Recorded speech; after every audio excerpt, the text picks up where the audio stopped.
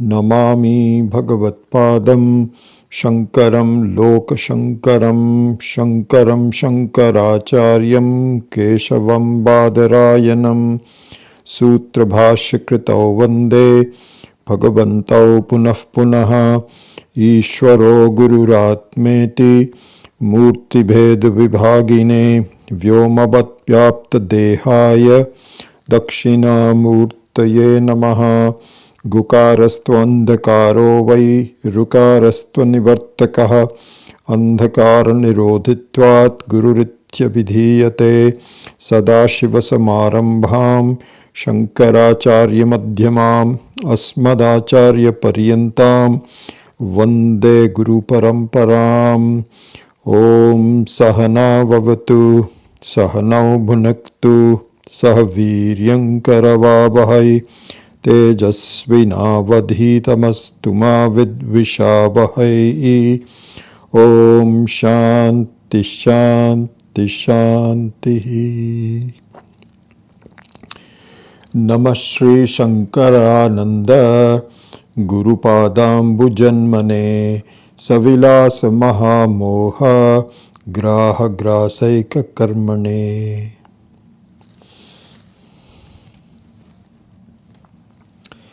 So we will continue with our analysis of or the Viveka. Analysis here means Viveka. Viveka means the discrimination between what is an appearance and what is the truth. This is exactly what we have to do. So it is important to keep the primary essence of this teaching in mind. This is what called Tatparya. So it is important to be aware of the Tatparya of this teaching, of the Vedantic teaching of the Shastra. And the Tatparya is that our life's experiences is an appearance. It's an appearance, not a reality. It's an appearance. So, and I don't see it as an appearance yet. But in terms of the analysis and the Viveka and Vichara, the thinking about it, I should not forget the Tatparya, that what I am trying to do is to see this world as an appearance. So this is not just something, one of those things where you just say, okay, I understand it, let's go on. And our goal in life should be front and center always. And so really speaking, all our experiences, all of our transactions, all of our approaches, everything that we do in our life, this fact must be kept in mind along with it. Obviously, if you are in, you are in danger and you have to make a quick decision and so on, there you don't have to think about this. But those are very rare cases. In most cases, you are leading a normal life. And in the normal life, you have to keep this thought in your mind that this is an appearance. And unless we do, we will not approach appearance. It will continue to be looking like a reality. So this is an important thing there for us to see. So in fact, it is interesting if you can see that the so-called creation, Srishti as we say in Sanskrit, Srishti, the so-called Srishti is not a real Srishti. It's an appearance of a Srishti. And so this is absolutely a key thing, because, and it's a very, not only a key thing, but a very pleasant thing and a very remarkable thing, really, to see how Ishvara's, how Ishvara creates this appearance without any reality, because the reality which is called Satyam, you see, this reality which is Satyam, that is the definition of reality. So, what is the definition of Satyam? Truth. Reality, you can call it by any other name, reality or truth or anything. What is the definition of it? The definition has to be that one which can never be negated.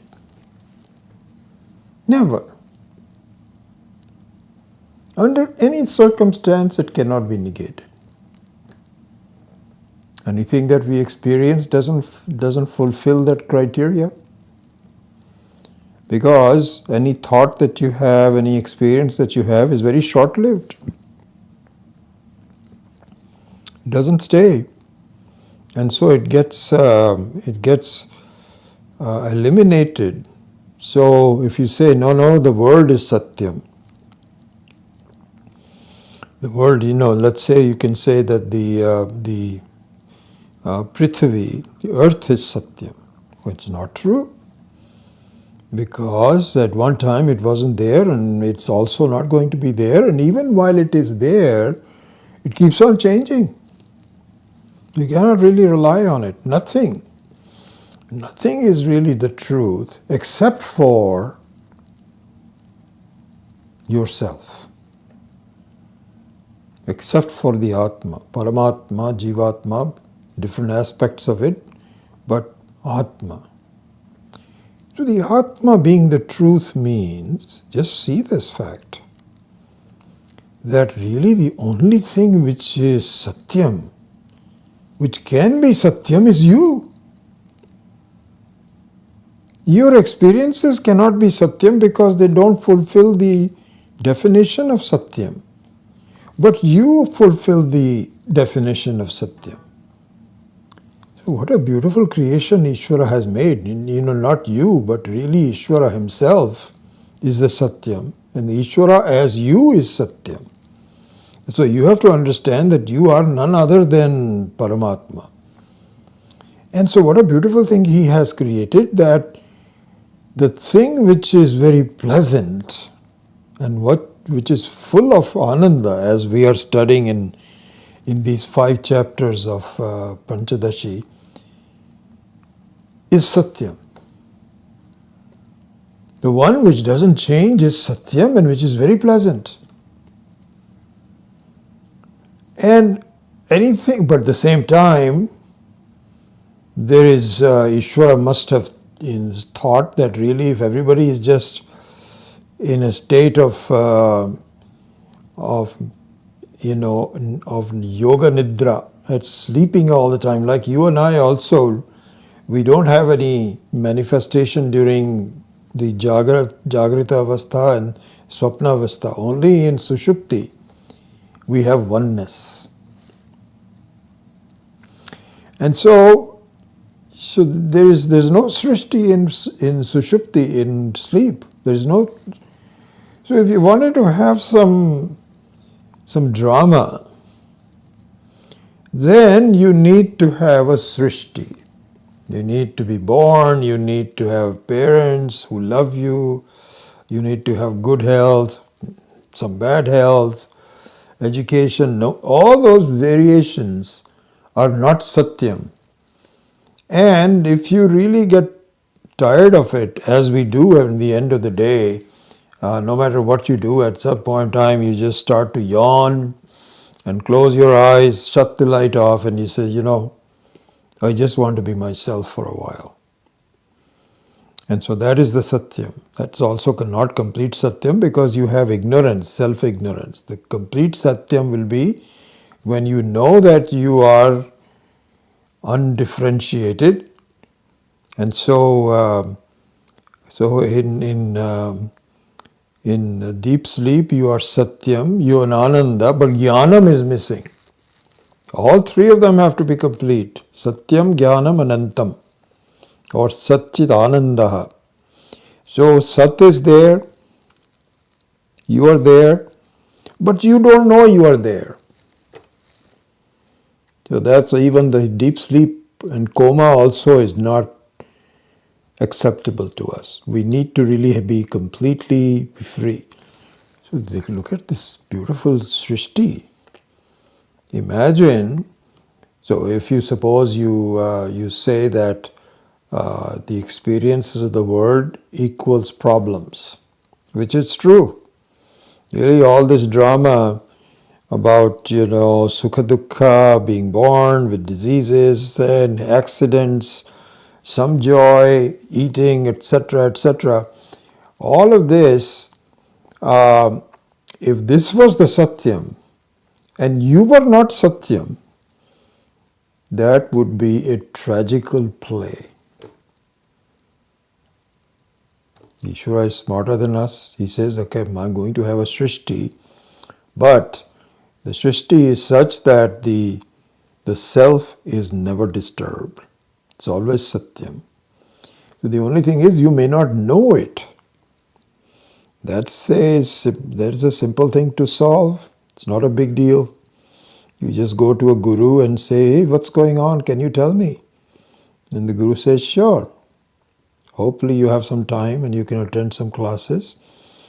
And you said, no, I don't have much time. So he says, okay, that's fine. Just enjoy yourself or suffer or whatever. But whenever you have some time, I'll tell you what the truth is. You are okay the way you are. What a lovely ending to the life. Not ending to the life, the ending to this feeling of samsara.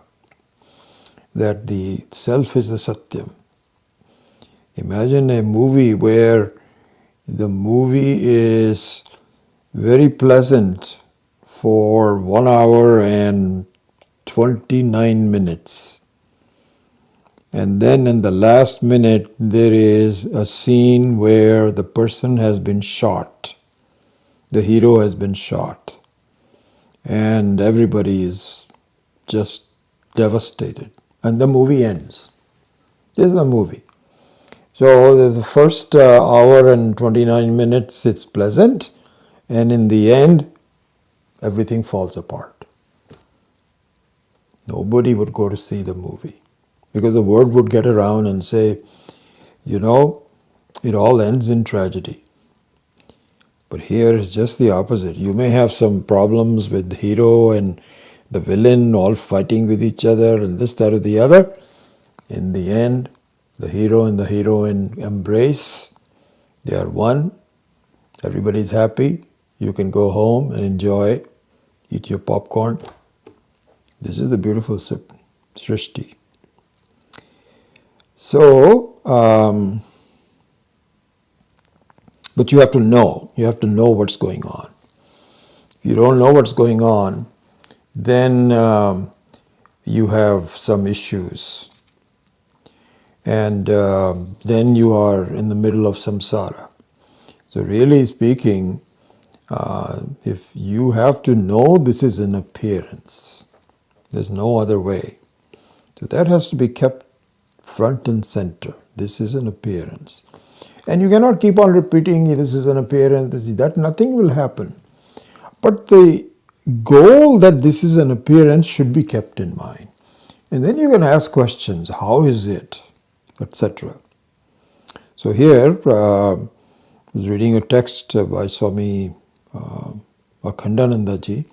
So he made a very beautiful point. He says, if you look at the appearance of if you look at an appearance, you just look at an appearance, the appearance is of one of two types. What is called nir-upadhika and sa-upadhika. Without upadhi and with upadhi. So both of them is an imposition. In both cases, it is an imposition. There is a adhyaropa. And in both cases there can be an apavada. So adhyaropa means one which is an appearance, which looks like it is there, but it is not. This is what it is all about. So this is one of two types. One is without upadhi and one is with upadhi. What is the example of without upadhi? That is the example of Rajju Sarpa, of a rope and a snake. The snake superimposed, the false vision of a snake superimposed upon a rope. This is the example of nirupadhi. What does that mean? It means that once you understand the falseness of snake, it completely disappears from your view. This is what happens afterwards when you stop shaking from the fear of the snake and all of those kinds of things, and somebody says, "What are you talking about? This one right here, this is a rope." After that, you cannot even imagine a snake on it. Supposing you say, how did I come up to this false imposition? Let me try to see. You try to think of your mind, is there a snake? What type of a color was it that I was seeing? You can't even imagine, it's gone. This is an example of nirupadika apavada.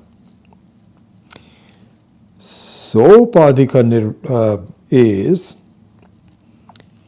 seeing the blueness of the sky. Nilima, what is called Nilima. We have a friend of ours who's called Nilima. So Nilima means blueness. It's not blue because blue is in Hindi is called Neela, or in Sanskrit maybe Neelam, I believe. But Nilita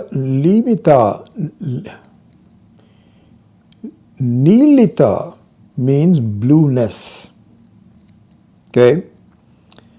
Supposing I talk to my granddaughter, who is now has about a vocabulary of, I think, about 100 plus words, 125. Her mother and father are all writing down every time she comes up with a new word, they write it down. I used to do that too. I'm very proud, my God. And the pediatricians ask you, how many words does she know? Because this is part of the progress. So she probably doesn't know blue yet, although we'll have to teach it to her. We'll have to say, you see this? This is blue. See this one? This is brown. So pretty soon after repetition, she'll say this is blue. So now that she knows blue, okay? If you take her to see the sky in the morning, anytime during the day, I mean, not in the morning, but during the day, and you'll say, what is this? She'll say blue. Okay. Is that the truth of space? That the space has an innate color called blue? No, it doesn't.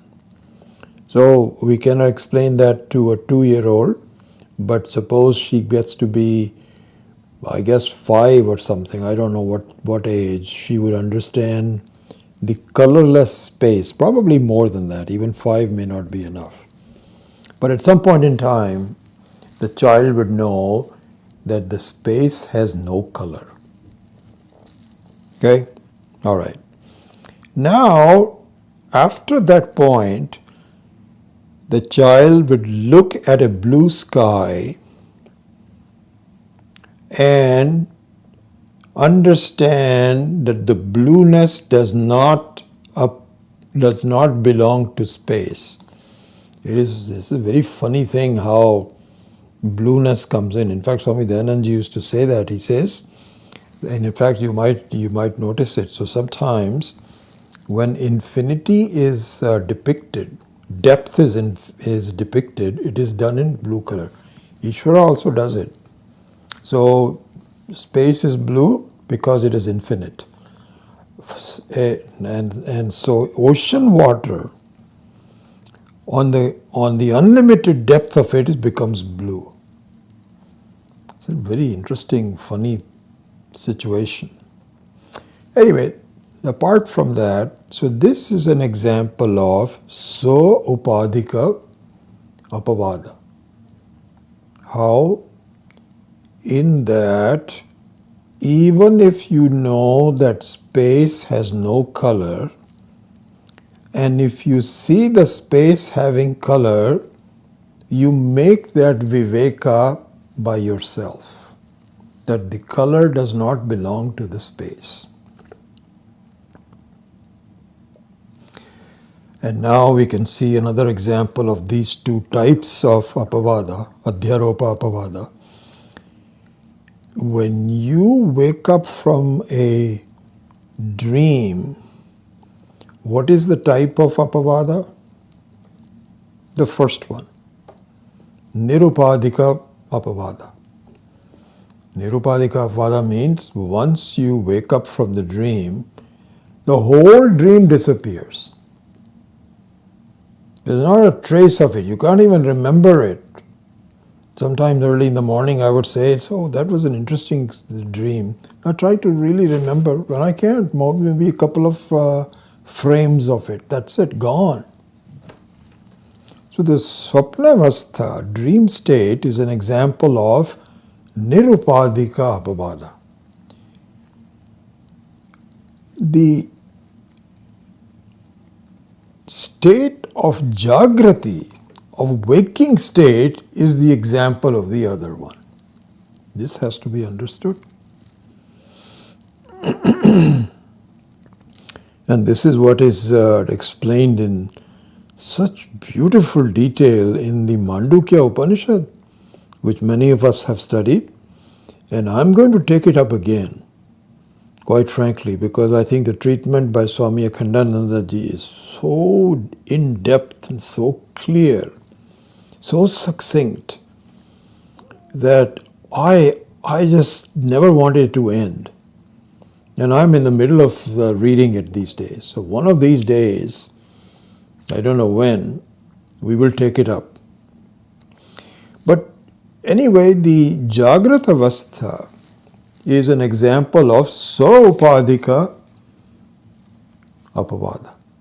Just like the blueness of the sky, we can say, let the appearance stay there. But I know that this is just an appearance.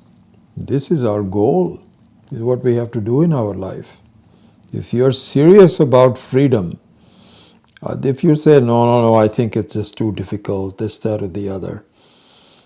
One of our friends recently sent an email saying that some of the scientists have now are saying that the whole world is a mithya. And he was saying that that we Hindus have known it for a long time, and the scientists are now discovering it. So he sent it to a number of people, and many of them kept on saying, I have tried to understand that the world is mithya, but I can't do it. It's beyond me. And I, in my own thinking and wisdom, didn't want to get into that. That is not the right forum, because they will be up, they will be back and forth, it will become vivada, not samvada. I don't want to get into it. So I never replied to it. But it was kind of interesting how people thought about it. So, so what it really means is that if that is the goal, and if you're serious about it, then let us study how it is a appearance. This is what we have to do. So here, now picking up the thread from last time, the three aspects of the Atma, all three of them have to be studied from the standpoint that the world is an appearance. We have to study it from the standpoint of Sat. We have to study it from the standpoint of Chit, and we have to study in the point of Ananda, which is what we are doing now. If you study in terms of Sat, what it means is that what you see outside is not Satyam. Outside means even in your own mind, it's not Satyam. Anything which is a Drishya, which is seen by you, either inside the mind or outside the body. Doesn't matter. Both of them, they are just variations on the same theme.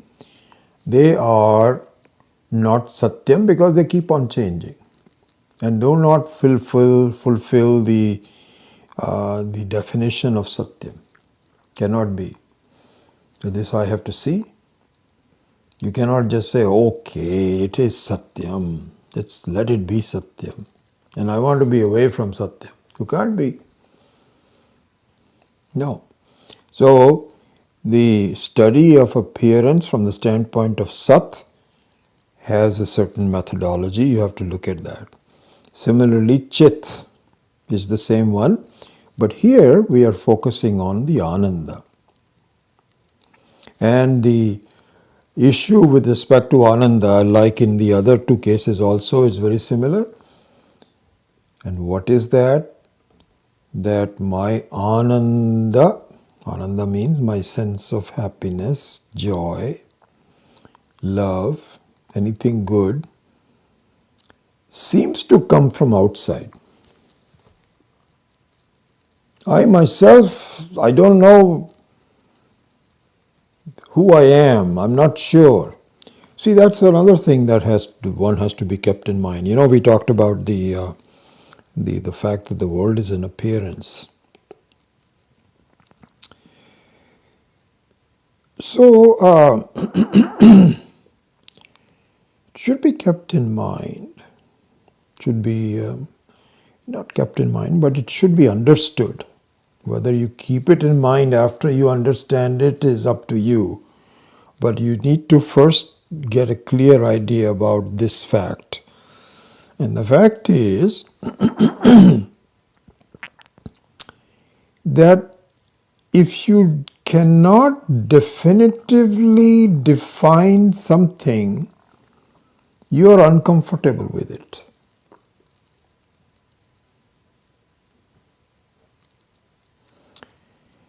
If you clearly define something, then you may or may not like it, but at least you have identified it very clearly. And then you can decide about whether it is good for you or not good for you, or you want to be near it. All of those things are derivatives. But the main thing is you know exactly what it is. If you don't know exactly what it is, you have a feeling of uncertainty and discomfort and a feeling that I am not sure what's going on, isn't it? Of anything. Okay, now look at it. This is the final piece of this particular argument. You examine your own self. I mean, not just the Atma, but you examine who you are as a person.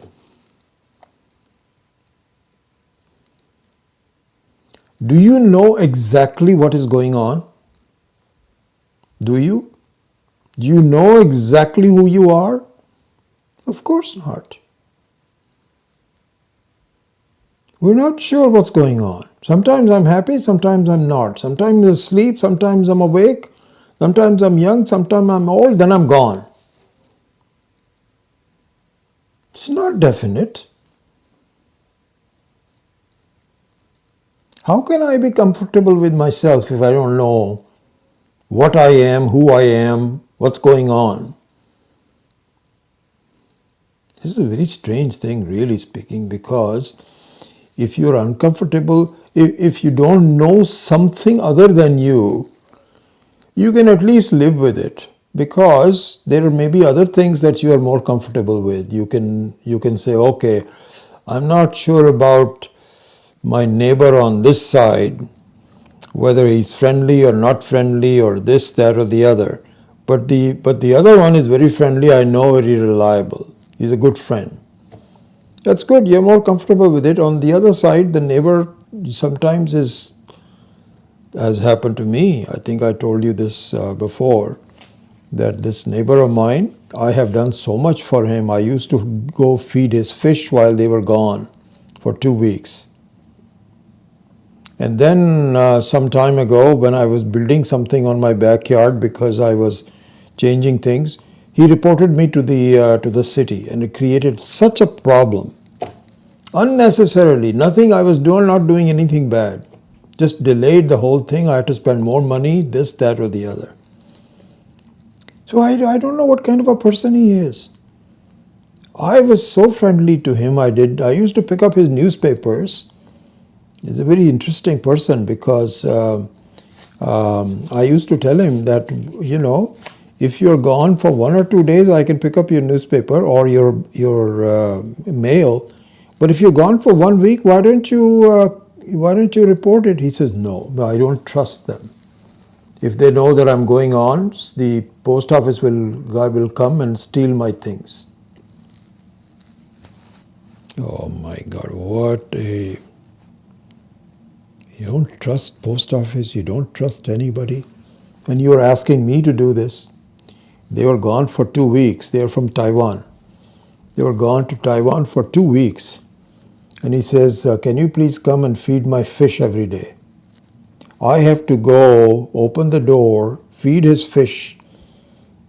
Anyway, this is just an interesting thing. I did all that, and yet one day I got a report from the city saying your neighbor is complaining that you're building something. I called him up and I said, did you do this? He says, yes. I was more surprised rather than disappointed. How can I know this person? Anyway, that's the thing. So our example is that we don't know who we are. We cannot be comfortable. Just when you think you know who you are, your mood changes. You don't even trust yourself, just like you cannot trust this neighbor. So Vedanta says, listen, it's not a question of you have to know yourself, this, that, or the other. The self is asangoham and it's some strange thing. None of that. You have to make an inquiry about yourself, my dear, not the whole world. Let the world be what it is. But have you ascertained who you are? So that's the study of Vedanta, really, it means. So, so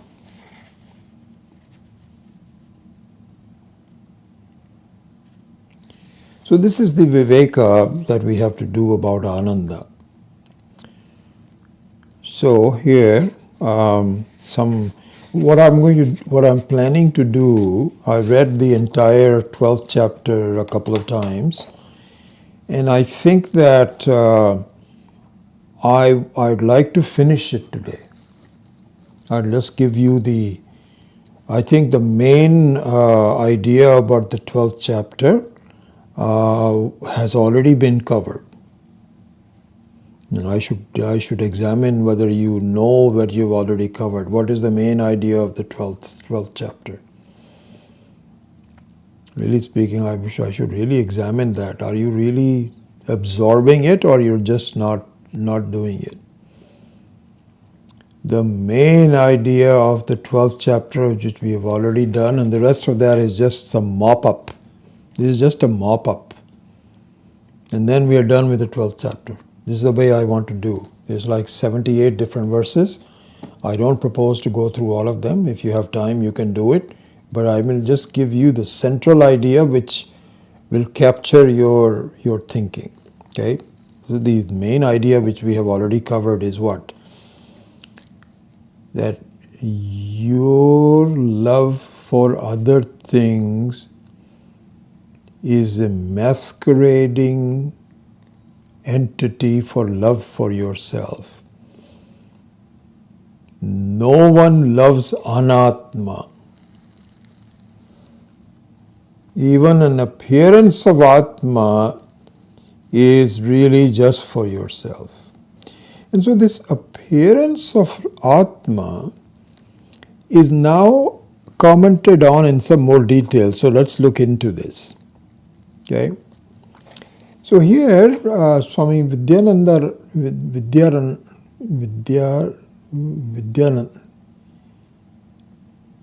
Vidyaranya Muni says that if you examine what you like to do, there are 4 types of things that determine your pursuit of happiness. 4 different things. And then we have to see whether they apply to Atma or not. This is in general. Okay.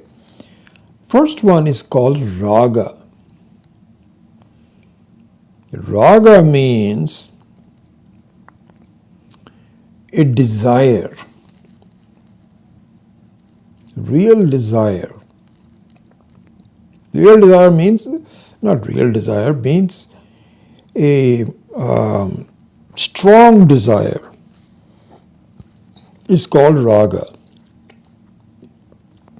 Now the characteristic of raga is you cannot have a raga for an unknown thing.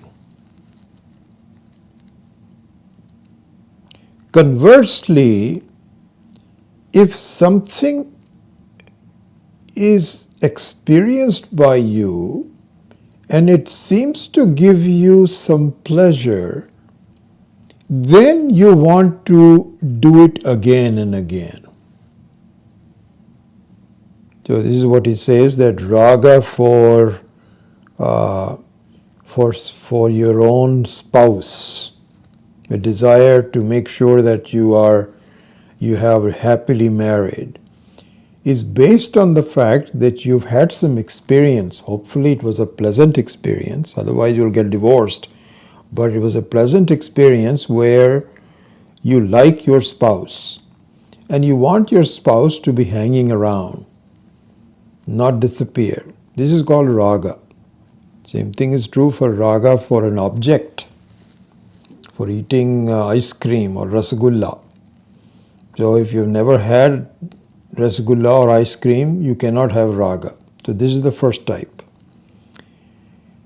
So here the sense organs are involved, because for any experience, sense objects is generally involved.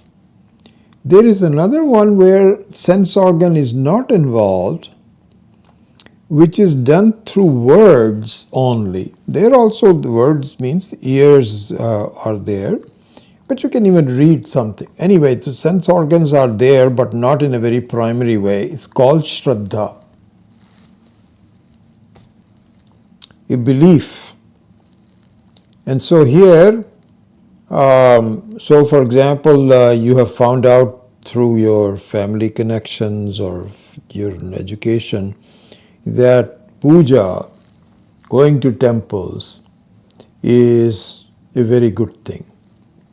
Okay? And so it's not the experience in a classical sense that you already had some experience with, that would be raga. So going to a temple is not raga.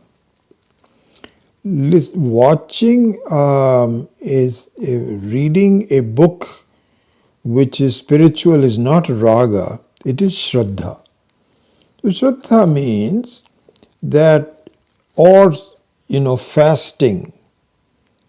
So in fasting you are actually suffering a little bit because you don't eat the whole day, but you like it because you have shraddha. You overcome any kind of an experiential discomfort by having a certain faith in it. This is called Shraddha.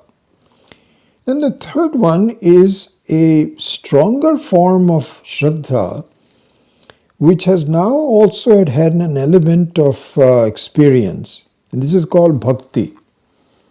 Bhakti means that you are now completely devoted to it. Generally speaking, Bhakti is in the study of Vedanta, study of under a guru, attending classes. So this is all part of the Bhakti, means that you're committed. I hope some of you have that experience that if you start missing classes, you feel discomfort. I think I want to go back to it. This was good. I have not completely understood it. I want to continue doing it. Or you can have a bhakti towards Ishvara or some devotion to some people or country or whatever it is. That is called bhakti. Then the last one is called Ichcha. Ichcha means also called desire in English, but is slightly different from raga. Ichcha means you have had an experience and it has been taken away from you, you want to go back to it. So this is called aprapta vastuni raga iti ichcha iti. That's how it is defined. Aprapta vastuni, one which is no longer in your hands and you want to get back to it. Okay. So this is normally how our search for pleasure, for fun, for happiness manifests itself. These are the four types. Okay. Now let us look at applying to the Atma. So you can see one thing. You cannot have raga towards Atma. And by the way, one other thing, the guna that you empower yourself with, the quality out of the three, so those are Rajoguna, Tamoguna and Sattvaguna. These are the three gunas, as you know by now very well. So the gunas that you employ in different one of these four, raga, shraddha, bhakti and ichcha, are different. In raga, the rajas is employed primarily. You have a strong desire, this is excitement. In the other, sattva is employed more. Sattva in shraddha, sattva in bhakti. And in ichcha, you go back to tamas and rajas combined together. So tamas means that you are not able to have enough energy to be able to get the fruits of raga. You are too tired, you are too lazy, you don't put the right effort, but your desire is still there. So the gunas also have a connection to these four types of desires. Okay? So now let us look at the application of these four to the Atma. It's very clear that you do not have a raga for the Atma. You know why now by now? Because raga means knowledge of something before you have raga, and you don't have the knowledge of Atma yet. It is still an unknown quantity, covered up with your ajnanam. It's there underneath this. So, this is what happened to me today. It was interesting, just to give you an idea. I was revising chapter 12 in the afternoon in preparation for this class. And then I don't know, something happened. My wife called me or something. I had my cell phone. Usually I have some kind of a space divider. Something to keep my page number handy. But I put my cell phone and I close the book like this. Now I'm looking for my cell phone and I cannot find it. And I said, what is going on? I had to call it and I found that it was right here. So that means the cell phone was covered. That's all. It is there, but it is covered. So similarly, in the Atma also, I don't know where it is, what it is, how it is, because it is covered by my lack of knowledge. So therefore, you cannot have a raga for Atma. Cannot have it. The only thing that will work is Shraddha, Bhakti. Those are the two that you really want. And also Ichcha. Ichcha also means that you need to, this is what is called mumukshutvam. Right? The four sadhana chatushtaya, you know this very well from Tattva Bodha. Viveka, Vairagya, Shatka Sampatti and mumukshutvam. Mumukshutvam means you must have a certain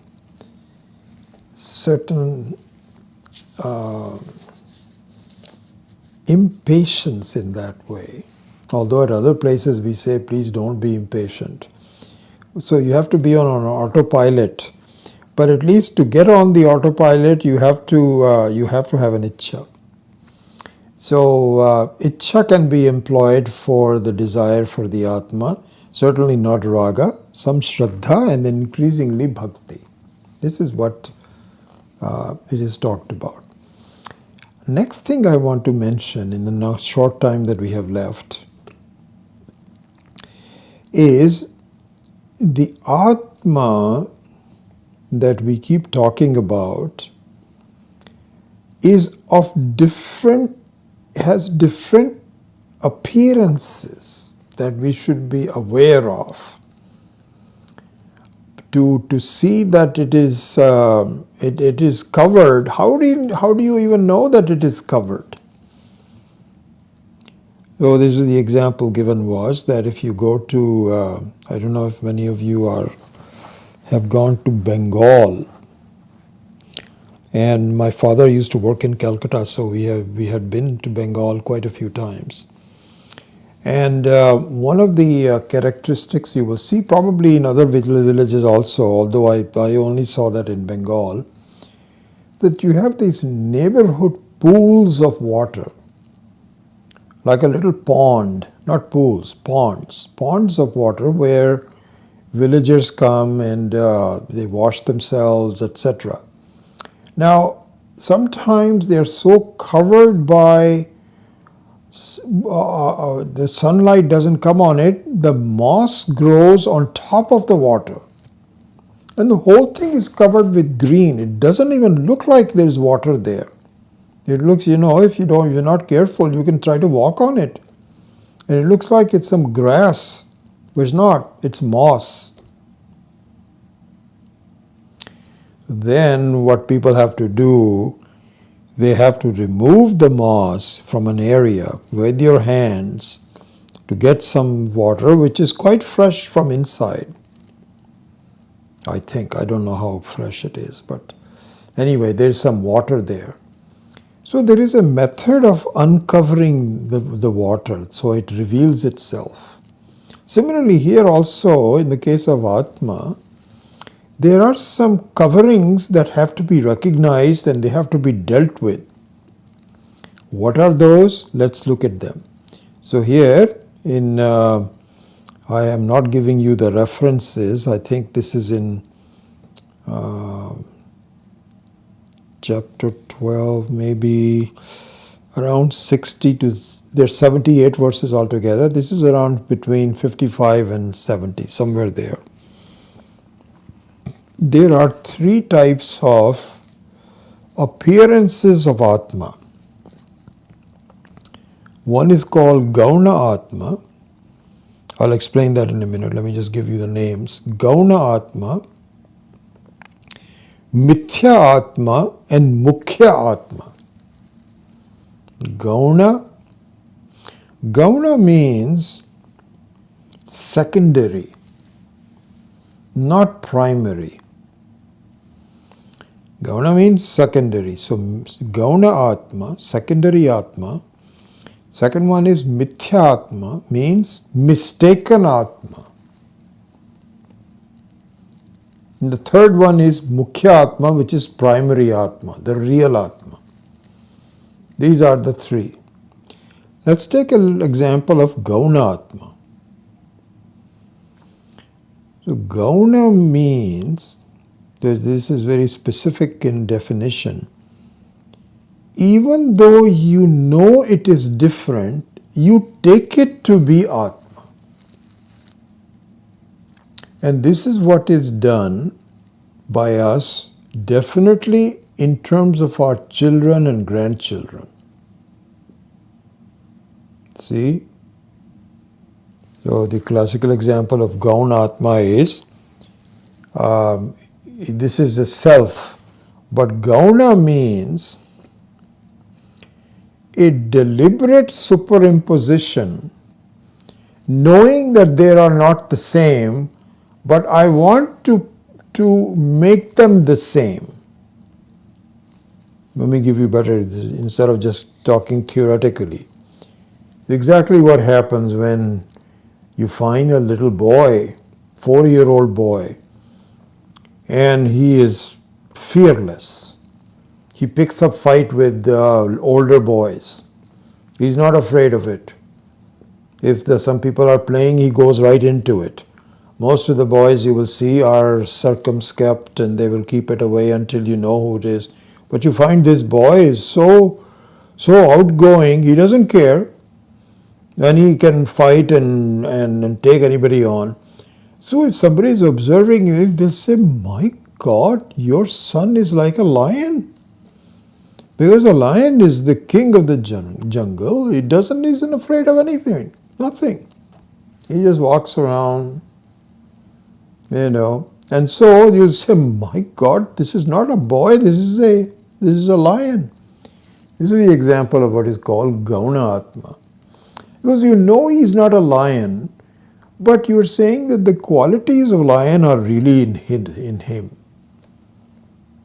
So similarly, they say that the Gauna Atma towards your children means you take them to be nothing but your own extension.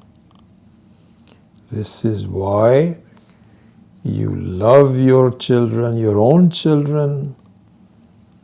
With your own spouse, you have a slightly different view. You have raga and so on, but with your own children that are born out of your own body, you have a sense of oneness with them. Even though they are different from you, you know that they are going to school and they are not there, but you look upon them as you. This is called Gauna Atma. Okay, this is number one.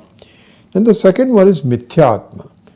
Mithya Atma means, clearly, when you say that I am 61 years of age,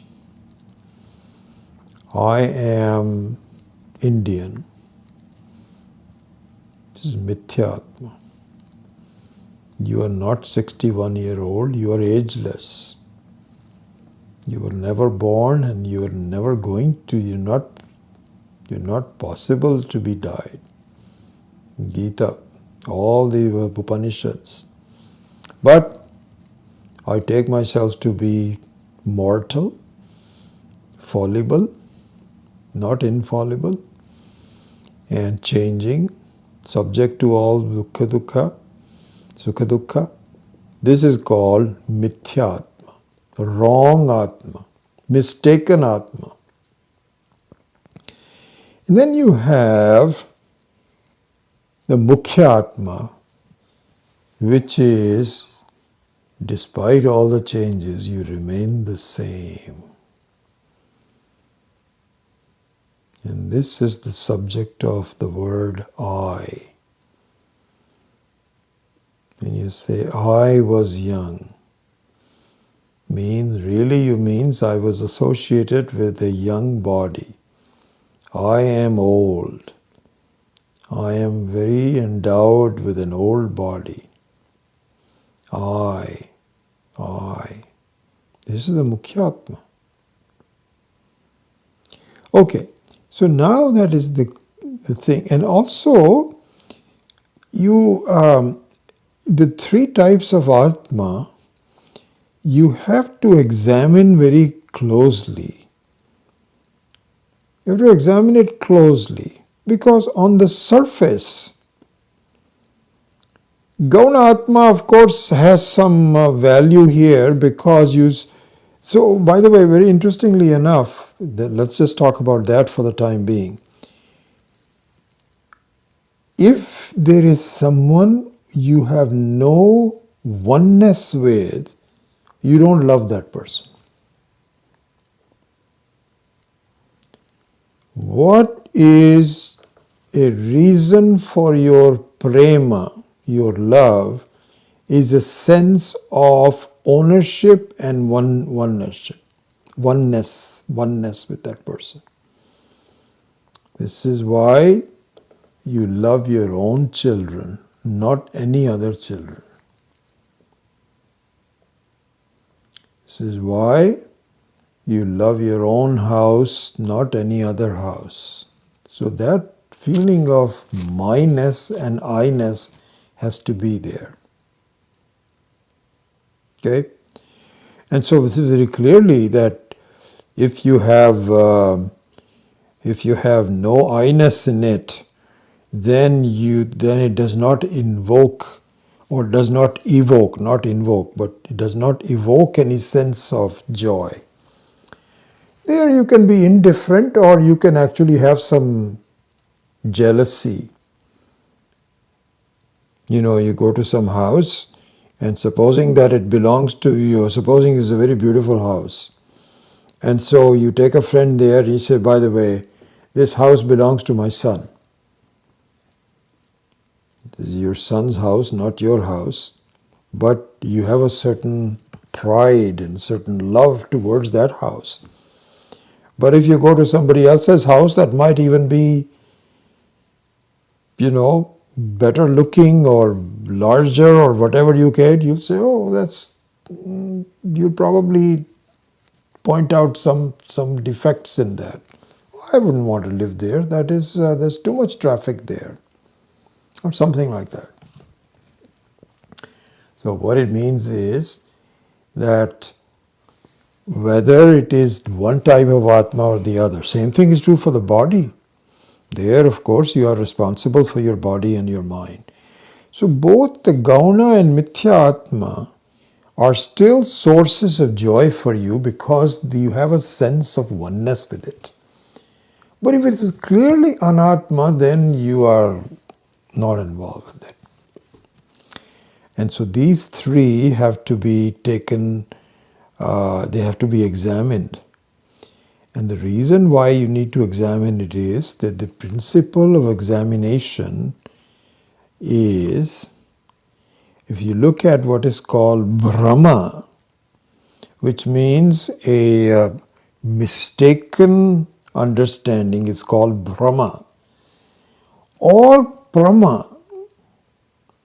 This is why the aspirated and the unaspirated letters in Sanskritam, pa, pa, ba, bha. So this is the labial, pa, pa, ba, bha, ma, all the labials.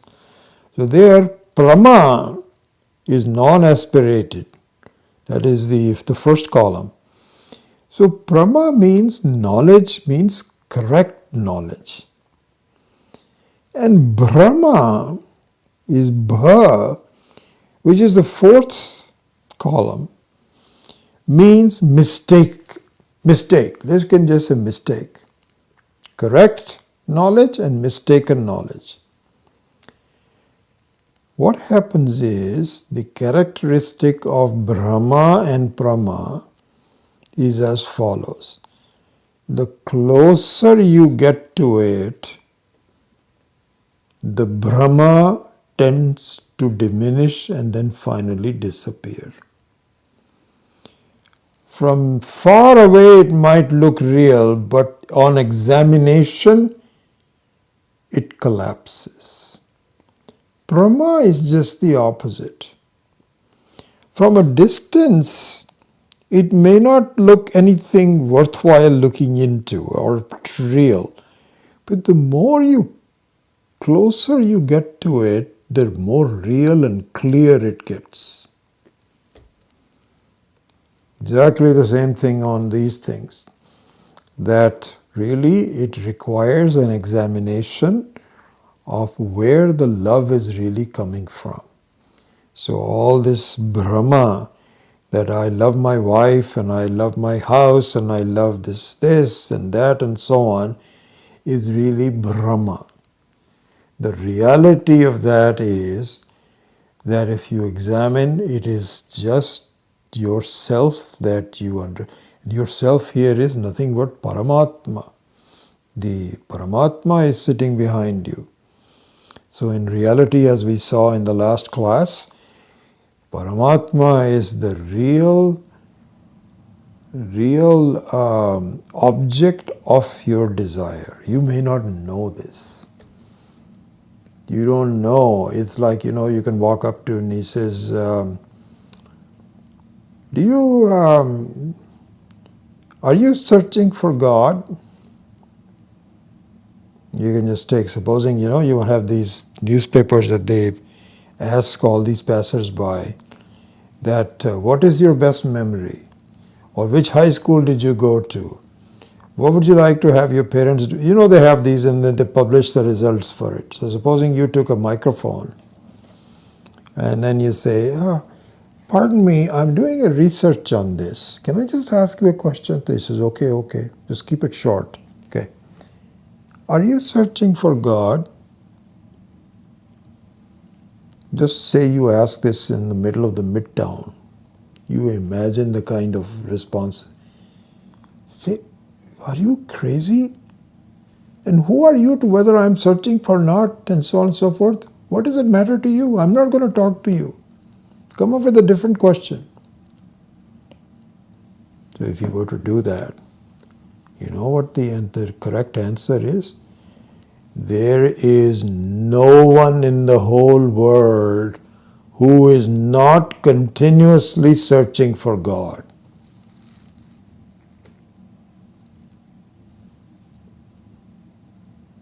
Yeah, Swami Dayananda used to say this. He says, so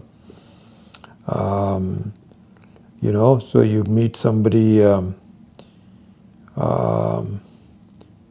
did he say that? So you meet somebody at a get-together and they all say, do you believe in God? And so you say, yeah, don't you? He says, no, I don't believe in God. Swamiji says that the best thing to ask them is, can you describe what kind of a God don't you believe in? At least tell me. So when you say, I don't believe in God, that means you have a pretty good idea of what God is, and that I don't believe in that person. So then you ask the person, so what kind of a God don't you believe in? And the person can say, God who is just oblivious to all the problems. People are getting killed. He's not doing anything. This guy, he killed so many children in this shootout and he's going scot-free. I don't understand it. Where is God? I don't believe in God. A lot of people are very disturbed by that. So then you can say, that kind of a God I also don't believe in. I also don't believe in it. But I have a slightly different view of God. I mean, you can have this conversation if you want to say. So this is the thing, is that there is no one in the world who is not searching for God. And what do you mean by that? Because Paramatma is Parama Prema Aspadam. It is the ultimate source of joy, which is yourself. By searching for the truth about yourself, you are searching for Paramatma. This is the truth. And I have to have viveka to be able to understand this. So this is why we had these examples in the last class. Atmanastu kamaya sarvam priyam bhavati. That the reason why you love someone, there is a temporary expression of love to someone, is because you are pleased about yourself. And so, if you look at this thing called viveka, viveka means that you have to examine this by going closer and really thinking about it. Then don't take it for an appearance. Go behind what is the appearance. So, one last thing that I will do in this today's class, and then we are done with the 12th chapter. Then I think we are pretty much covered. There might be a lot of other details, and you can always read it if you have the time and so on. But I think I've pretty much covered from my satisfaction, an overall sense of the 12th chapter. So last thing to cover is to answer a doubt. Raise a doubt and then answer it. And by doing so, you can get a sense of what the true meaning of viveka is. Just look at this. So the question is this. He says, you think that the Atma is the source of joy? So we say, yep, that's what it is. Parama prema aspadam. Parama prema aspadam means that from the logic that you don't love anything until it gives you ananda. You cannot love anything which gives you dukkha. No. And because you love yourself more than anyone else, even though you appear to love others, but behind it, it is your own love. It is in fact the source of ananda. Questioner says, aha, let me tell you the logic which will dispel this, that the Atma is not the source of joy. So you say, really? What is it? Consider a person who commits suicide. He cannot stand himself the way he is or she is and commit suicide. We have an alarming number of people that commit suicide every day. And a still more alarming number of people who want to commit suicide but they don't have the courage or the opportunity or whatever. There are millions of people who are extremely miserable and who would like to end their life. What about that? Why do you say that the Atma is the source of joy? So now this is the viveka that we have to do. The viveka is, if you examine the state of the person who is committing suicide or who has committed suicide, you will see that the source of their misery was something other than themselves. Either they were having problems with the body, problems with the mind, some rejection from some place, something mental, something physical, which is not themselves. Number one. That's number one. Just as important, number two, do you know why they would commit suicide? Because their self-estimation is that I am different from this, and I cannot stand it controlling me. There must be some other place I can go to where I can see myself to be what I am. So even in the act of suicide, there is a certain distinction between drik and drishya. Because what you observe about yourself is intolerable, and because you find that what you think of yourself is intolerable means that you are not intolerable. Because if you are also intolerable, you will accept it. But you don't accept it because you say, no, this is not me. My mind is giving me so many problems, my body is giving me so many problems, that's not who I am. You don't know exactly who you are, but you are not willing to go through this anymore. So there also there is logic, there is viveka. So this is not true that the suicides completely negate the sense that the Atma is the ultimate source of joy. Anyway, with that, I think we will complete chapter 12 and embark on chapter 13 next week. And with that, I close the class today. Thank you. Om Asato Ma Satgamaya Tamaso Ma Jyotirgamaya Mrityor Ma Amritam Gamaya Om Purnamadav Purnamidam Purnat Purnamudachyate Purnasya Purnamadaya Purnamevavashishyate Om Shanti Shanti Shanti Harihi Om Shri Gurubhyo Namaha Harihi Om.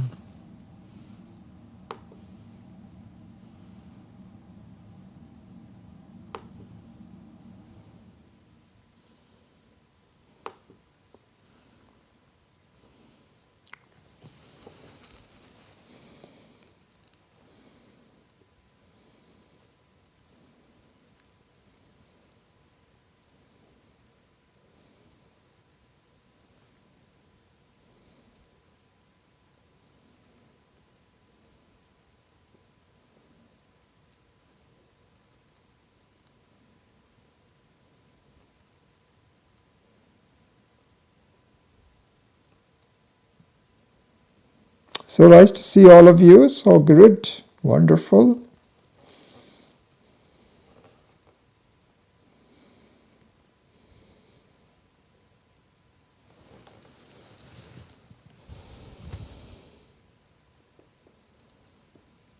So today is the 13th. So we will certainly meet on the 20th. Then I have to see the calendar on the 27th. But anyway, I'll discuss that later on. Right now, I won't go into that. I'll have to look at the holiday calendar. In other words, that's what we have to meet. All right. So wonderful that you could all attend the class tonight. So many people. Wonderful. And if you don't have any questions, then I will take your leave and hopefully we'll see you next week. Hari Om.